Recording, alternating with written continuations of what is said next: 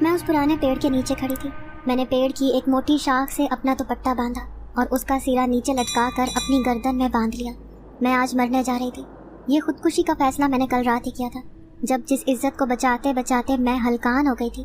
آخر کار وہ شیطان اپنی کوشش میں کامیاب ہو گیا اور میری عزت لمحے بھر میں اس نے لوٹ لی تھی۔ کل پوری رات میں تڑپ تڑپ کر روئی تھی۔ میری فریادیں سننے والا کون تھا؟ پھر جیسے ہی صبح کا اجالا ہوا، میں مرنے کے خیال سے اس سنسان جگہ پر آ گئی تھی، جہاں پر صرف گھنی جھاڑیاں اور درخت تھے۔ میں لوگوں کی نظروں سے چھپ کر خودکشی کرنا چاہتی تھی تاکہ کوئی مجھے اس کام سے روک نہ سکے۔ پھر میں نے آنکھیں بند کر کے دوپٹہ مضبوطی سے اپنی گردن کے گرد باندھا۔ اس سے پہلے کہ میں اپنے پاؤں کے نیچے رکھا ہوا پتھر سرکا دیتی، اچانک ہی کسی نے میرے کندھے پر ہاتھ رکھا تھا۔ میں حیرت سے پیچھے پلٹی، پھر ساکت رہ گئی۔ میرے بالکل پیچھے ایک سفید کپڑوں والا باروب بزرگ کھڑا تھا۔ میں حیران تھی کہ اس جگہ پر تو کوئی آدم یا آدم کی ذات نہ تھی۔ وہ بزرگ مجھے کہنے لگا کہ رک جاؤ بیٹی، ایسا مت کرو۔ میں ان کے آگے پھوٹ پھوٹ کر روتی۔ پھر وہ بزرگ کہنے لگے کہ بیٹی، تمہارے ساتھ ایسا کیا ہوا ہے کہ تم اپنی زندگی ختم کرنا چاہتی ہو؟ میں کہنے لگی کہ بابا جی، میرے پاس اب کچھ بھی نہیں بچا، میری زندگی کی دکھی کہانی آپ کو رلا دے گی۔ وہ کہنے لگے کہ بیٹی، تم مجھے پوری بات بتاؤ کہ تمہارے ساتھ ایسا کیا ہوا ہے کہ تم مرنے پر مجبور ہو۔ میں زمین پر بیٹھ گئی، میرے بال بکھرے ہوئے تھے۔ روتی ہوئی آنکھوں سے میں اس بابا جی کو اپنی کہانی سنانے لگی۔ میرا نام سکینہ ہے۔ میری ماں ایک نیک عورت تھی، لیکن میرا باپ بالکل اس کے الٹ تھا۔ وہ نہ صرف نشہ پیتا تھا بلکہ نت نئی عورتوں سے بھی اس کے تعلقات تھے۔ آئے دن میری ماں کے ساتھ مار پیٹ کرنا اس کا روز کا معمول تھا۔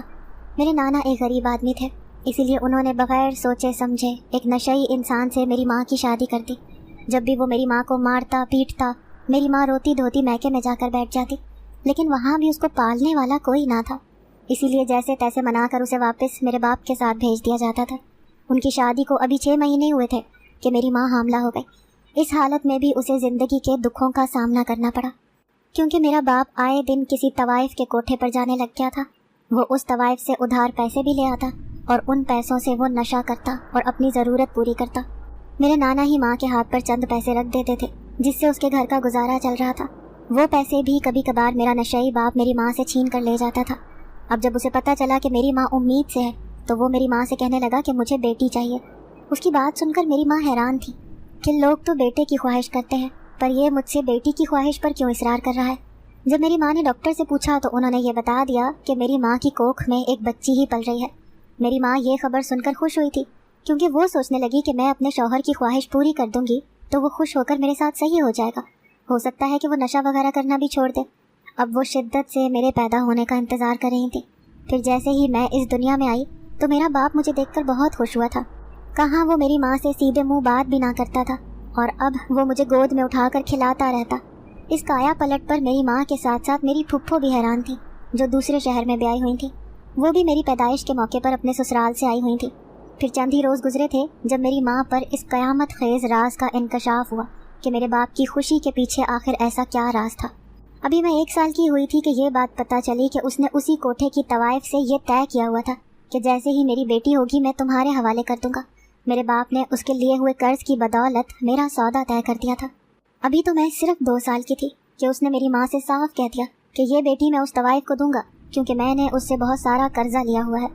میری ماں یہ سن کر رونے لگی تو اس نے حسب عادت میری ماں کو خوب مارا پیٹا۔ کہنے لگا کہ تو کیوں اتنا دکھ کر رہی ہے، تجھے تو اور اولاد ہو جائے گی۔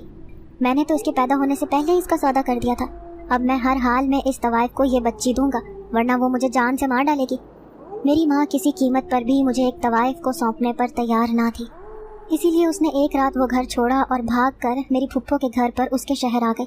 میری پھپھو کے سسرال والے بھی کوئی نیک انسان نہ تھے، وہ انتہائی وحشی اور ظالم قسم کے لوگ تھے۔